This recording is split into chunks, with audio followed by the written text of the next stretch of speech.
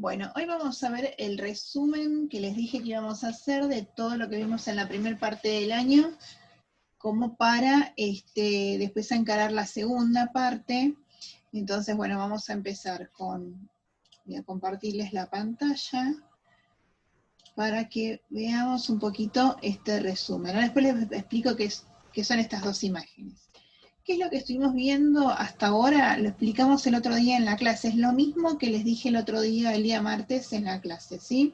Estuvimos viendo cuándo empieza y cuándo termina la edad moderna, cuándo empieza y cuándo termina la edad media, ¿sí? Y cuándo empieza la edad moderna, ¿sí? La fecha acá de finalización de la edad moderna es el año 1789, ¿sí? La Edad Media empieza en 1453 y termina en 1492 o 53. Como les dije el otro día en la clase, para nosotros termina, es más importante, el año 1492 porque es el descubrimiento de América, y no 1453, que es la caída del Imperio Romano de Oriente.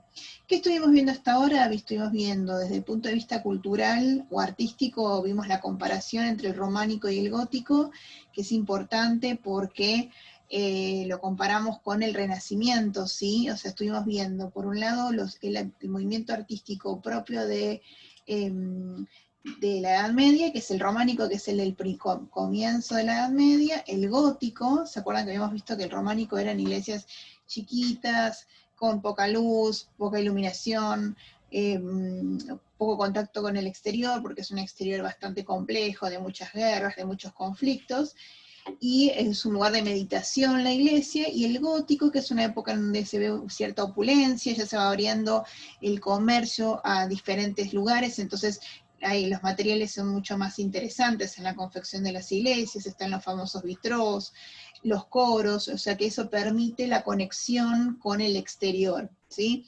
Entonces eso nos está hablando de un momento transicional, ya no tan conectado con esa edad media tan sombría, sino nos está mostrando que ese hombre medieval está como queriendo tener mayor participación en las cuestiones terrenales. Hasta ese momento, digamos, el gótico es una representación de digamos, un hombre que, digamos, que está, un ser humano, digamos, que está tendiendo a tener una mejor conexión con el lugar en donde está, mientras que el románico quiere escaparse de ese mundo lleno de guerras y de conflictos.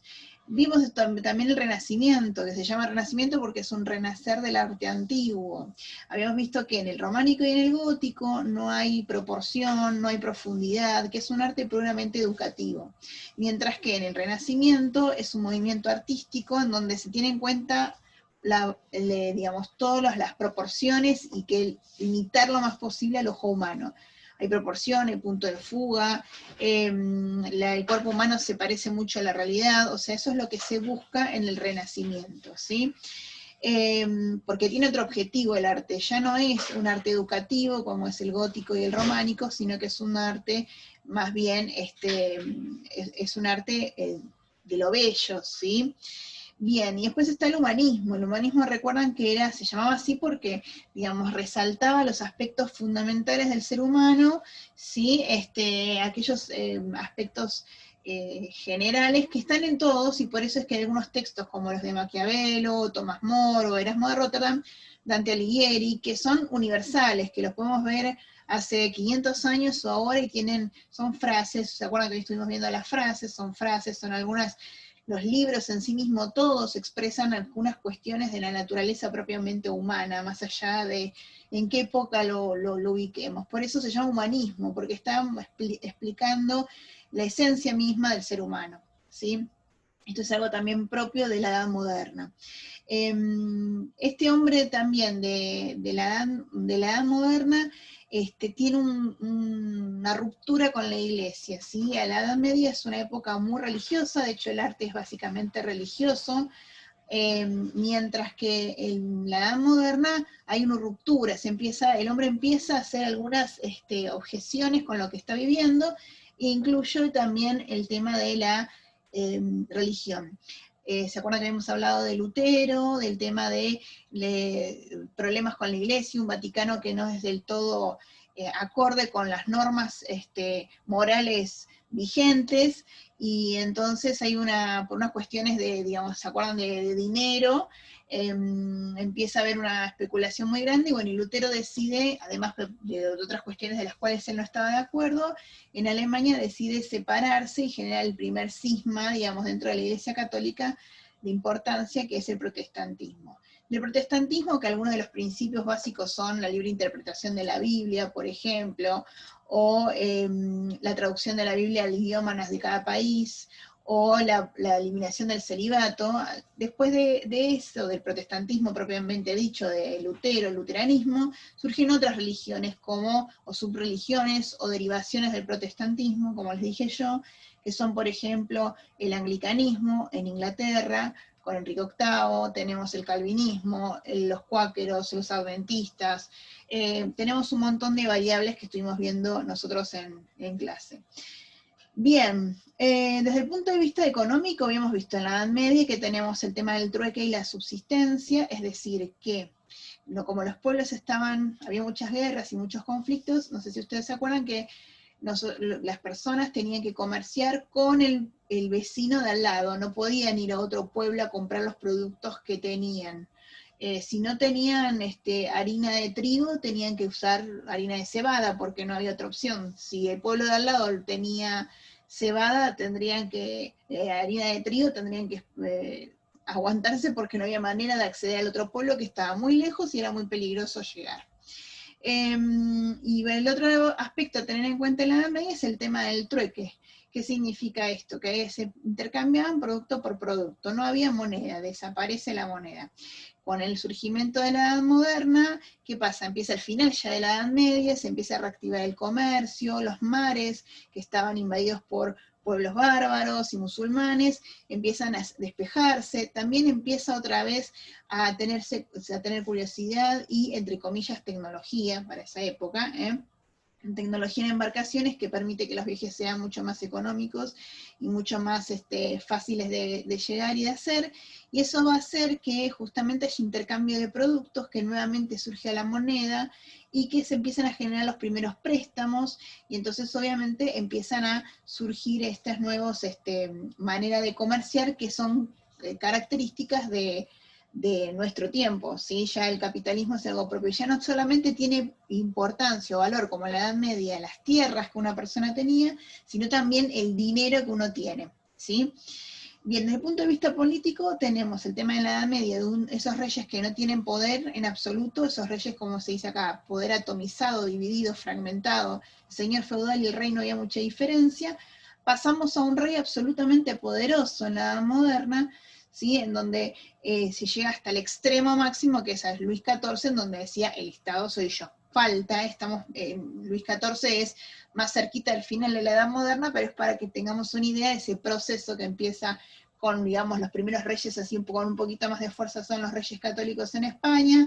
Otra manifestación es Enrique VIII con el anglicanismo, que lo nombramos antes cuando hablamos de protestantismo, y el último de esos reyes así en el cual se rompe completamente con esa estructura que se venía de la Edad Media, es justamente el rey Luis XIV, que decía, el Estado soy yo.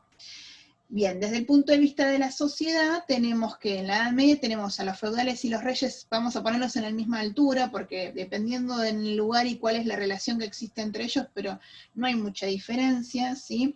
Y después tenemos a los campesinos y a los siervos, que son casi como unos esclavos, ¿sí?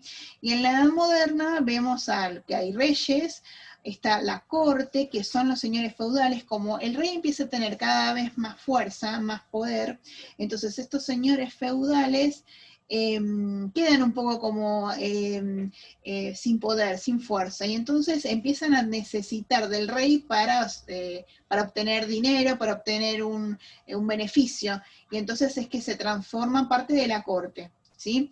Estos señores feudales dejan sus campos a cargo de algún ayudante, un campesino, y ellos van, a trabajar para el rey, ¿sí? Son los que le lavan los zapatos, son los que limpian su ropa, los que están detrás y lo aconsejan. Era un honor ser parte del rey. O sea, fíjense qué distinto que es todo, cómo cambia y cómo se da vuelta esta situación de ser uno más el rey, ¿sí? Se transforma en un ser tan poderoso que prácticamente, en el caso de Luis XIV, hasta se lo endiosa. Y para el cortesano, para el feudal, el señor feudal, es todo un honor, por ejemplo, bañar o estar presente en el baño del rey, ¿sí? Que era una vez por año, ¿sí? Después surge la burguesía con el nacimiento en la Edad Media ya, con el nacimiento de las universidades, del comercio y de los artesanos, ¿sí? de los trabajos y los oficios, es que surge la burguesía. La burguesía sería como una especie de clase media, ¿sí? Y después están los campesinos y están los siervos. Campesinos son los mismos que en la Edad Media, y los siervos, que son, como vuelvo a repetir, tienen menos derechos que el campesino, son casi esclavos, ¿sí? Bien, para explicar un poquito, en la Edad Moderna otra cosa. ¿Cuál es la clase social que tiene mayor fuerza? Por un lado son los reyes en la primera parte, y la segunda parte empiezan a tomar cada vez más preponderancia los burgueses, que van a ser los que les prestan al rey plata. Son aquellos que tienen un montón de participación desde el punto de vista en la cuestión económica, pero no tienen derechos políticos. Entonces, eso va a hacer que haya un reclamo generalizado que se ve de manifiesto en 1789 con la Revolución Francesa, que justamente lo que necesitan es que se escuche ese reclamo de estos burgueses, que es esta especie de clase media que se va consolidando a medida que va creciendo la edad moderna, y que no tienen una representación efectiva en la sociedad, ¿sí? Porque no tienen el Estado, quiero decir. Bien, ¿qué quiero que hagan de tarea? Lo que quiero que hagan de tarea es lo siguiente. Yo que les puse dos imágenes. Una es una caricatura, obviamente este es Trump, esta es Estados Unidos, es representación de Estados Unidos, ¿sí? Está mostrando un poco cómo está, digamos, su brutalidad, digamos, o su falta de, digamos, que está destrozando Estados Unidos para hacer un muro, ¿sí? Y esta es una caricatura, ¿sí? Este justamente no tiene que ver con nada, sino simplemente para que ustedes sepan que es una caricatura. Me imagino que ustedes ya sabrán, esto es un cómics y esto es una caricatura. Caricatura a veces es una imagen sola que representa o que muestra una situación, una imagen. Acá habla justamente del muro que divide Estados Unidos de México, ¿sí? Y después, por otro lado, esto que es como que cuenta una historia por medio de globos, imaginación, globos, algunas otras cuestiones que tienen que ver. Bueno, estos son, por un lado, un cómic, y otro lado, una historieta, y por otro lado, una caricatura o un chiste, digamos, con una sola imagen. Lo que yo les voy a pedir es que hagan una cosa o la otra, ¿sí? Que lo dibujen, que dibujen lo que ustedes quieran, ya sea contando algunos de los aspectos que vimos acá arriba, lo que ustedes quieran, de Lutero, por ejemplo, o algún personaje del Renacimiento, o el humanismo, ¿sí? Alguna, o puede ser de esta manera o de esta otra manera, lo que a ustedes les parezca mejor, ¿sí? Ahora después en la actividad yo se los voy a explicar. Pueden buscar imágenes de otros lados, pueden dibujarlo ustedes y me sacan la foto, lo que a ustedes les parezca. Vamos a dejar de compartir la pantalla. Bueno, eso es básicamente lo que quiero que ustedes hagan, ¿sí?